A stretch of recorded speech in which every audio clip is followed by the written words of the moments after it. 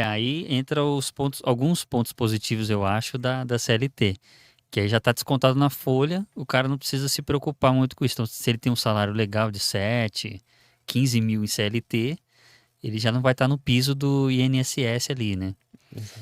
Agora, se o cara é MEI, ele tem que ter essa mentalidade de pagar o DAS para ter o INSS, pelo menos o piso ali, mas ter a mentalidade de gerar uma outra fonte futura para outra aposentadoria, né? Um valor futuro lá que seja acima e ter essa mentalidade do que agora não é fundo de garantia para ele, mas é uma reserva de emergência. Então, se ele perder cliente, se ele não puder trabalhar, ele tem que ter essa reserva aí.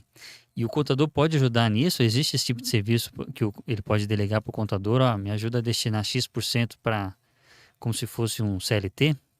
Sim, sim.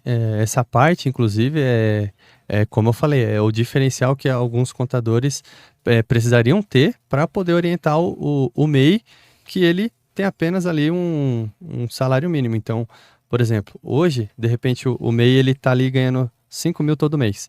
E aí ele ficou incapacitado, teve um acidente de moto ali, teve um problema, não consegue mais exercer atividade. Aí ele se vê recebendo um benefício de um salário mínimo. Poxa, a pessoa que ganhava 5 e vai ganhar mil, hoje o salário mínimo atual 1.320, Isso. ele vai sofrer bastante, porque né, ele vai reduzir muito o custo.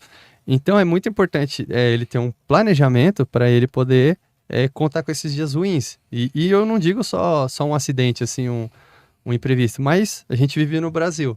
Então, troca de governo, cenário de guerra fora do Brasil que interfere na nossa economia atualmente, eleições ano que vem, é uma série de coisas que vai interferir no trabalho dele e assim como ele pode ganhar muito bem nesse período, certo que uma hora vai acontecer um imprevisto e ele vai precisar contar com uma segurança. Então, por exemplo, ele tem que ter a cabeça de pelo menos parte do que ele ganha, contar como se fosse um fundo de garantia que ele vai ter.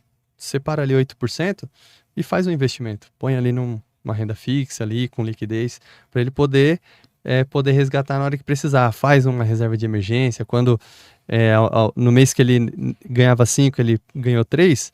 Poxa, esse mês foi apertado, eu preciso recorrer aqui a uma reserva de emergência.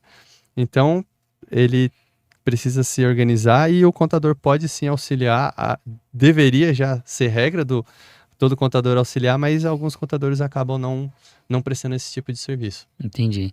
E eu até comentei, né? Se ele tirar os 8% que seria lá do CLT, e ele tirar esses 8%, qualquer investimento que ele colocar vai render bem mais do que o FGTS, né? Que hoje, olhando para o Brasil, o FGTS é o que tem o pior rendimento, mesmo com a taxa referencial. Aí vem o menos pior, a poupança, Opa. e aí da poupança para cima, meu, tudo ganha da poupança e do FGTS, né? Então, 8%, sei lá, numa conta remunerada na taxa Selic, aí, no CDI, cara, já tá bem melhor do que o FGTS. Exatamente, e isso foi um ponto muito importante que você falou, porque imagina a pessoa que ela entrou numa empresa e contribuiu a vida toda lá com o FGTS. O FGTS ele remunera a 3,33% o ano. É, Né? 3% ao ano, com a Então, taxa referencial. então, assim, pô, o que 3%? A nossa Selic, no mínimo, ela tem uma média de 6%.